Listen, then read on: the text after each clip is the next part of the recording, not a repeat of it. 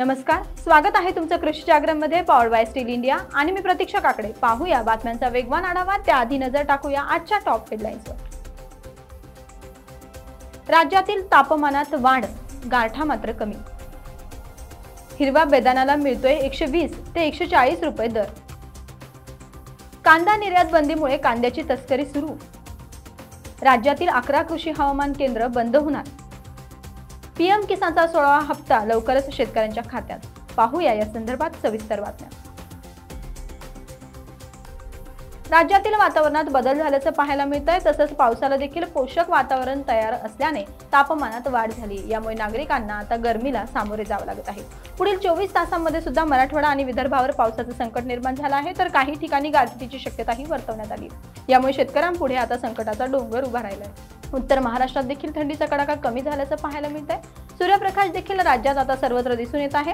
पश्चिम महाराष्ट्रातूनही आता थंडीने दडी मारली आहे। यामुळे तापमानाचा पारा वाढताना दिसत आहे। ठाणे आणि मुंबईतही तापमानाचा आकडा वाढत असून ठाण्यामध्ये दिवसाचं तापमान 40 अंशापर्यंत पोहोचू लागले। देशाची राजधानी दिल्लीसह उत्तर भारतात गेल्या काही दिवसांपासून थंडीचा कहर कमी होऊ लागलाय। फेब्रुवारीपासून थंडी कमी झाली असून तापमानातही वाढ होत आहे। आजचा देशाच्या बहुतेक भागांमध्ये किमान तापमान 7 ते 12 डिग्री सेल्सिअस दरम्यान आहे। तसेच उत्तर पश्चिम भारताच्या अनेक भागांमध्ये आणि उत्तर मैदानी प्रदेशांसह त्याच्या आसपासच्या भागात तापमान सामान्यापेक्षा 2 ते 4 अंश सेल्सिअस कमी राहू शकते। शेतकऱ्यांसाठी शेती करणं आता अवघड होऊ लागले आहे। कधी ओला दुष्काळ, तर कधी कोरडा दुष्काळ, तर कधी अवकाळी पाऊस यामधून सुटल्यानंतर चांगले उत्पादन आल्यास शेतमालास दर मिळत नाही। राज्यात आता बेदाणा निर्मिती सुरू झाली। दरवर्षी फेब्रुवारीपासून सुरू होणारा हंगाम यंदा जानेवारीतच सुरू झाल्याचं पाहायला मिळतंय। सांगली जिल्ह्यातील बऱ्याच भागात मोठ्या प्रमाणात बेदाणा निर्मिती होत आहे। त्यासोबतच सोलापूर, इंदापूर, उस्मानाबाद परिसरात मोठ्या प्रमाणावर बेदाणा निर्मिती होते। यंदा अवकाळीचा फटका हा द्राक्ष उत्पादक शेतकऱ्यांना बसला आणि त्यामुळे यंदा द्राक्ष मन्यात गोडी भरताना मन्याला तडे जात आहे। घडात बुरशी वाढत असल्याने पाहायला मिळत आहे। यामुळे व्यापाऱ्यांनी घेतलेल्या बागा सोडून दिल्या आहेत आणि त्यामुळे शेतकऱ्यांसमोर बेदाणा निर्मितीशिवाय कोणताच पर्याय राहिलेला नाहीये। यामुळे जानेवारीच्या सुरुवातीपासूनच बेदाणा निर्मिती सुरू झाली आहे, पण द्राक्षात पुरेशी गोडी नसल्यामुळे हलक्या दर्जाचा बेदाणा तयार होत आहे। यावर्षी जानेवारीपासून बेदाणा निर्मिती सुरू झाल्याने सध्या हिरव्या बेदाण्याला शेतकऱ्यांना सरासरी 120 ते 140 रुपये किलो दर मिळत आहे। मार्च अखेर हंगाम सुरू राहून सरासरी इतका बेदाणा उत्पादन होण्याचा अंदाज असणार आहे। द्राक्ष, डाळिंब, टोमॅटोच्या बॉक्समधून सध्या कांदा तस्करी होत असल्याचं पाहायला मिळतंय। केंद्र सरकारने कांद्यावर निर्यात बंदी लादली असताना देखील काही निर्यातदार आता कांद्याची तस्करी करत आहेत। यातून ते एका कंटेनर मागे 15 ते 16 लाख रुपये निव्वळ नफा कमवत असून मात्र याचा सामान्य कांदा उत्पादकांनाही काहीही लाभ होत नाहीये। त्यामुळे केंद्र सरकारने कांद्यावरील निर्यात बंदी उठवावी अशी मागणी महाराष्ट्र राज्य कांदा निर्यात संघटनेने केली आहे। निर्यात बंदी असतानाही परदेशात कांदा तस्करी होत आहे, याचा फायदा शेतकऱ्यांना तसंच स्थानिक ग्राहकांना देखील होत नाहीये।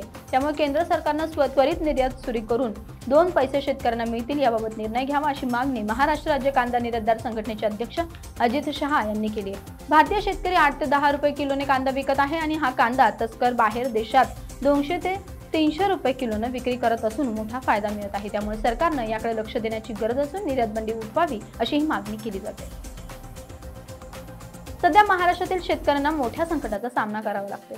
अवकाळी तर कुठे दुष्काळ, यामुळे शेतकऱ्यांचे मोठ्या प्रमाणात नुकसान देखील होते।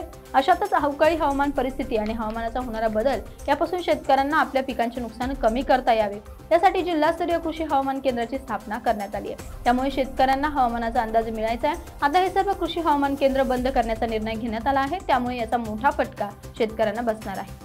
देशातील हे सर्व 199 केंद्र बंद करण्याचा निर्णय भारत सरकारने घेतलाय आणि त्यामुळे देशातील 30 कोटी शेतकऱ्यांचे नुकसान होणार असल्याची भीती व्यक्त केली जाते।